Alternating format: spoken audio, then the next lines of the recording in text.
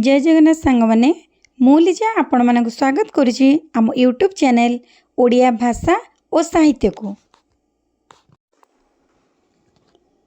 आशा करुछि आपण मानकर exam preparation बहुत भलरे चली बोली।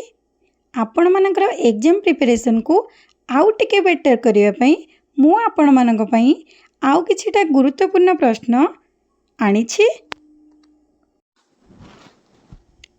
आज आम एसएसबी लेक्चर सिलेबस तृतीय प्रभाग भीम भोई स्तुति चिंतामणि विषय किछि संक्षिप्त प्रश्नोत्तर आलोचना करिबा। चलंतु एबे आरंभ करिबा। प्रथम प्रश्नटी होछि प्रथम बोलीर नाम कौन? सठिक उत्तरटी होछि जय जय ज्योति रूपरे विख्यात। द्वितीय प्रश्नटी होछि शेष बोलीर नाम कौन? सठिक उत्तरटी होछि डाकी कहिअछि तिनिपुर मध्य। 3 नंबर प्रश्नटी होछि स्तुति चिंतामणि रे सर्वमोट केतोटी बोली रहिछि? सठिक उत्तरटी होछि 100टी बोली। 4 नंबर प्रश्नटी होछि प्रति बोली रे केतोटी पद रहिछि? सठिक उत्तरटी होछि 20टी पद। 5 नंबर प्रश्नटी होछि ध्वनि को स्थापिबारे अंतर्निहित अर्थ कौन? सठिक उत्तरटी होछि अलेख ब्रह्म को मानिबा। 6 नंबर प्रश्नटी होछि ईश्वर कौन जोड़ी भियाण करिसेंती? सठिक उत्तरटी होछि संपत्ति विपत्ति और मुक्ति दुर्गति को जोड़ी भियाण करिसेंती। 7 नंबर प्रश्नटी होछि कविंक पाद तले कौन थोइबाकू कवि उल्लेख करिसेंती? दुख भार। सठिक उत्तरटी होछि दुख भार। कहाँ विनिमय रे जगत उद्धार करिबा पई कवि कहिसेंती? सठिक उत्तरटी होछि निज जीवन विनिमय रे। ता परवर्ती प्रश्नटी होछि कौन पई कवि प्राणीक विकल सही पारि नाहंती? सठिक उत्तरटी होछि तांको शरीर रक्त मांस हाड़र शरीर होइथिबारु। परवर्ती प्रश्नटी होछि पाद तले कौन थोइबाकू कवि कहिसेंती? सठिक उत्तरटी होछि पाप पसरा। परवर्ती प्रश्नटी होछि कौन हेले पिंड जलिजिब? सठिक उत्तरटी होछि ब्रह्म शाप पाइले पिंड जलिजिब। परवर्ती प्रश्नटी होछि कविंक दृष्टि रे खर्बकार ब्रह्म किए? सठिक उत्तरटी होछि शून्य ब्रह्म। परवर्ती प्रश्नटी होछि अणाकार महिमा मनीषर हृदय रे केउ रूपरे विराजमान करिसेंती? सठिक उत्तरटी होछि शून्य ब्रह्म। परवर्ती प्रश्नटी होछि अनादि पुरुष कौन हेबे बोली कुहा जायछि? सठिक उत्तरटी होछि राजा हेबे बोली कुहा जायछि। परवर्ती प्रश्नटी होछि भीम भोई केउ कला धरी जन्मग्रहण करथिले? सठिक उत्तरटी होछि कवि कला। परवर्ती प्रश्नटी होछि वर्षा ऋतु रे केउ नदी बढ़िबा प्रसंग भीम भोई कहिसेंती? सठिक उत्तरटी होछि महानदी। परवर्ती प्रश्नटी होछि कवि पिता बोली काहांकू ग्रहण करिसेंती? सठिक उत्तरटी होछि अनादि ठाकुरंकू। परवर्ती प्रश्नटी होछि कवि केतोटी पुर अछि बोली कहिसेंती? सठिक उत्तरटी होछि 21टी पुर। परवर्ती प्रश्नटी होछि पांच मनरे केतोटी प्रकृति थाए बोली कवि कहिसेंती? सठिक उत्तरटी होछि 25 प्रकृति।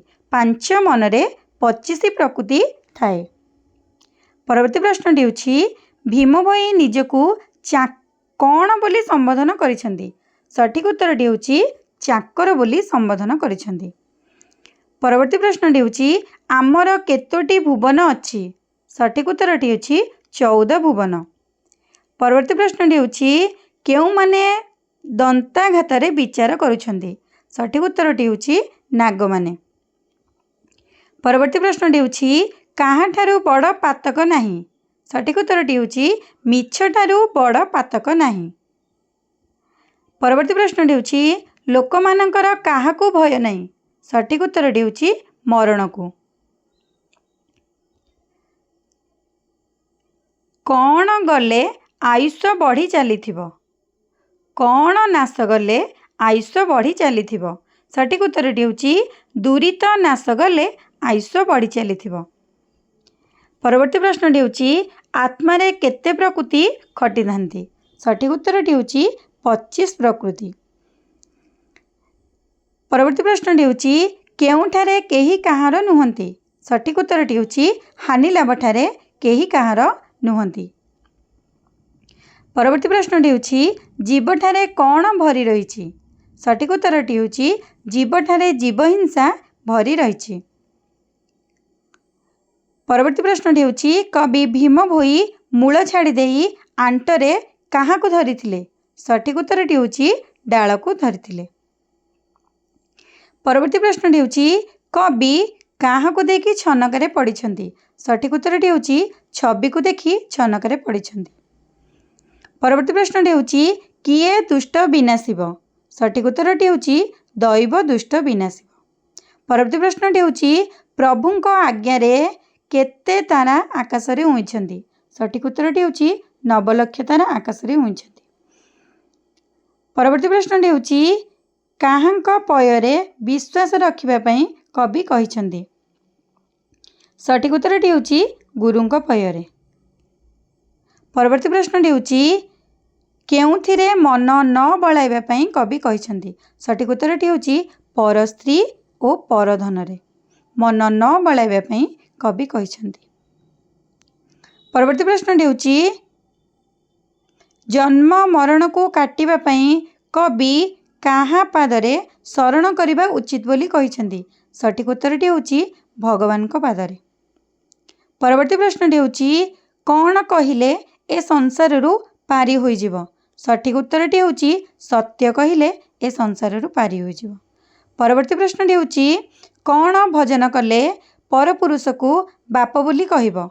सठिक उत्तरटी होउची महिमा भजन कले पर पुरुष को बाप बोली कहिबो।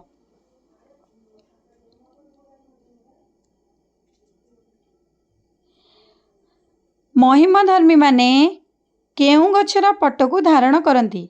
सठिक उत्तरटी होउची कंबु गछर पट को धारण करती। परवर्ती प्रश्नटी होउची भीम भोई केते वर्ष बयस रे महिमा गोस्वामी को दर्शन करथिबा कथा कहिछंती। सठिक उत्तरटी होउची 4 वर्ष बयस रे।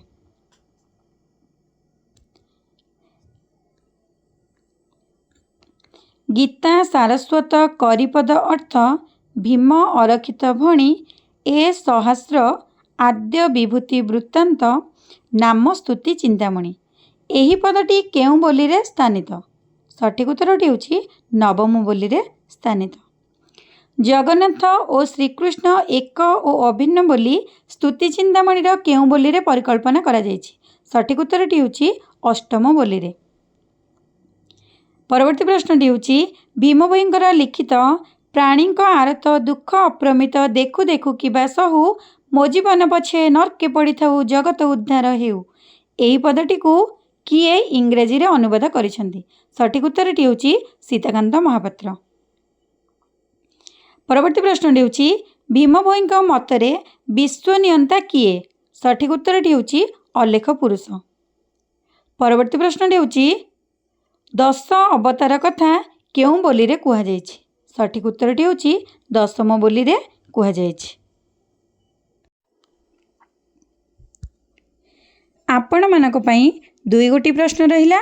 ठीक उत्तर जानिथिले कमेंट माध्यम रे निश्चिंत जणाइबे। आउ भिडियोटी को लाइक एंड सब्सक्राइब करिवे। आउ आपण मानक सांगसाथी मानकू शेयर मध्य करिवे जहा फल रे सेमाने मध्य एही प्रश्न गुडी को जानि परिबे। चलंतु आपण मानक पई थिबा 2टी प्रश्न को वर्तमान कहिबा। प्रथम प्रश्नटी होउची सत्य धर्म मार्ग रे कौन क्षय हुए। प्रथम प्रश्नटी होउची सत्य धर्म मार्ग रे कौन क्षय हुए। द्वितीय प्रश्नटी होउची प्राची समिति तरफरु प्राची साहित्य समिति तरफरु प्रकाशित स्तुति चिंतामणिर मुखबंध किए लिखिछंती। आउ थरे प्रश्नटी को कहि रखुची प्राची साहित्य समिति तरफरु प्रकाशित स्तुति चिंतामणिर मुखबंध किए लिखिछंती। ଆପଣମାନଙ୍କ ଉତ୍ତର ଅପେକ୍ଷାରେ ରହିଲି। ଜୟ ଜଗନ୍ନାଥ।